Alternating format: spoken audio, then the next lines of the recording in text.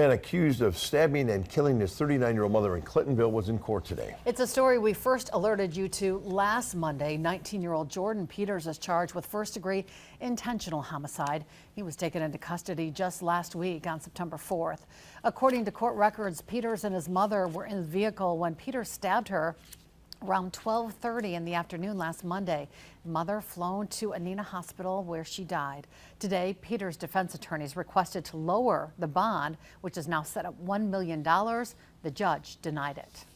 This is a life imprisonment if he is convicted, so there's a substantial likelihood of future appearance issues, but I'll leave that for the trial court to develop and maybe make a more appropriate bond.